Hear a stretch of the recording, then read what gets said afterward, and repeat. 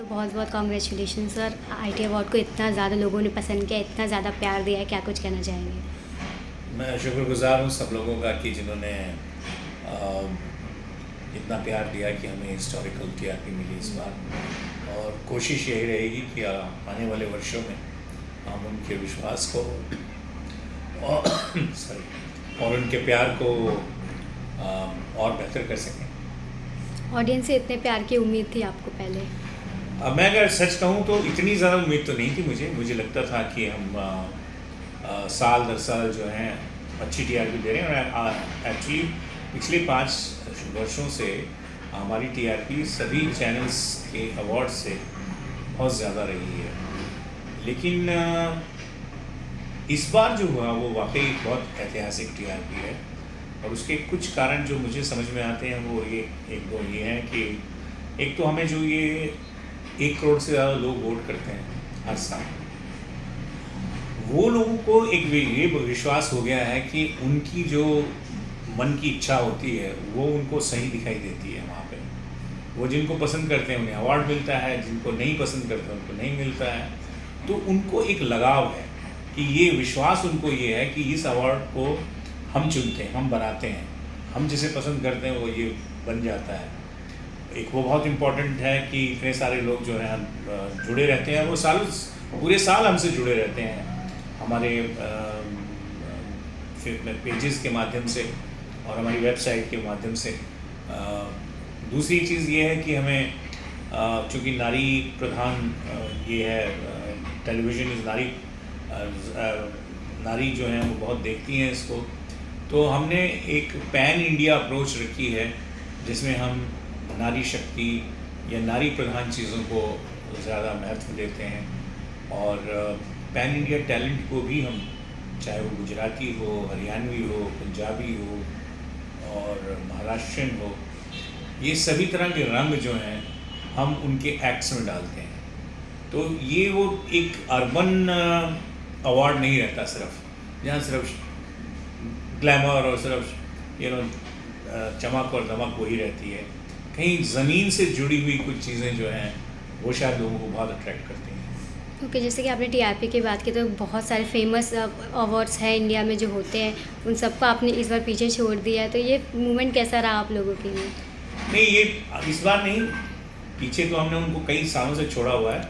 लेकिन इस बार का जो जो नंबर है वो बहुत बड़ा नंबर है। और आई थिंक ये इतनी बड़ी लगी है कि अब अगली बार हमें भी ये सोचना पड़ेगा कि इसे और आगे बढ़ाने के लिए हम और क्या ज़्यादा प्रयास करें कि हम इस टीआरपी से भी आगे जाएँ।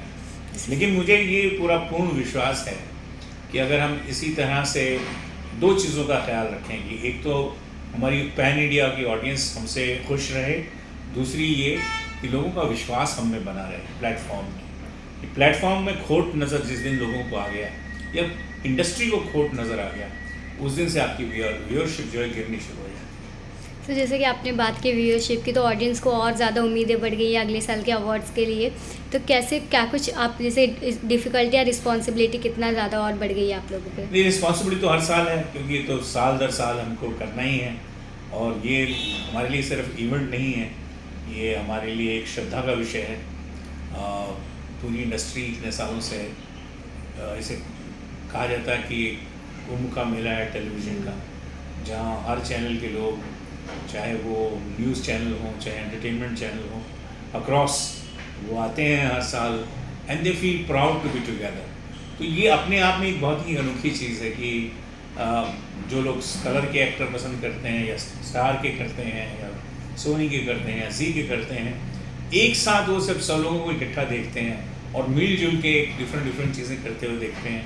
तो वो आई थिंक अनुभूति जो है वो बहुत अनोखी है और वो लोगों को पसंद आती है। एक अवार्ड शो ऑर्गेनाइज करने में काफ़ी लोगों का साथ लगता है, आप लोग इतने चैनल्स को साथ लाते हैं, कितना कुछ चीज़ें होती है जिससे कि बहुत सारे लोगों का लगना, ये सब कितना डिफ़िकल्टी होता है मैनेज करना? नहीं, लोगों को इकट्ठा करना तो मुश्किल होता ही है हमेशा। लेकिन आज हम 23 वर्ष से इसमें हैं, तो ओवर द पीरियड एक बड़ा परिवार की तरह हम लोग सब बन गए, जुड़ गए हैं। खुद लोग आगे चलकर आते हैं हर साल, कहते हैं कि भाई इस बार हम ये करना चाहेंगे, हम इस बार हम ये देखना चाहेंगे। तो ये बहुत खुशी की बात है कि और हमने कोशिश की है कि सालों उसको प्लेटफॉर्म देते रहें और हमने दिया है। और बहुत सारे ऐसे टैलेंट हैं जो इस वक्त बहुत बड़ा नाम है, वो आईटी के द्वारा निकले हुए हैं। ओके, सो जैसे कि आजकल के यूथ जो है वो टीवी से ओटीटी पे प्लेटफॉर्म पे शिफ्ट हो रहे हैं, उनको लेकर क्या कुछ कहना है? जैसे कि OTT is a new future, लोगों का कहना है। ये करेक्ट है, OTT is a new animal and और उसकी एक अपनी ऑडियंस है और बढ़ेगी वो ऑडियंस, बिकॉज यूथ जो है उसको पसंद करता है। वहाँ पर आपको अपनी कहानी कहने का एक दुस्साहस अगर मैं कहूँ तो वो आप कर सकते हैं वहाँ पे, जो टेलीविज़न में नहीं है। लेकिन टेलीविज़न की एक अपनी ऑडियंस रहेगी, बिकॉज जो परिवार की महिलाएं होती हैं, बच्चे होते हैं, जो बैठ के सिर्फ शाम को टेलीविज़न देखते हैं, वो देखते रहेंगे इसको। लेकिन ऑफ कोर्स हमें अपनी प्रोग्रामिंग में कुछ नया लाने की ज़रूरत है, क्योंकि ओटीटी की जो कहानियाँ हैं वो बिल्कुल बहुत भिन्न आ रही हैं। तो हमें अपनी जो हमारा एक फॉर्मेट बन जाता है टेलीविज़न का, उससे कुछ अलग करने की हमें बहुत ज़रूरत है। ओके, सो बात करें, जैसे अवार्ड शो की बात होती है तो बहुत सारे लोगों का कहना है कि कोई अवार्ड शो फिक्स होते हैं या फिर प्री प्लान्ड होते हैं, उन सबको आप कैसे देखते हैं?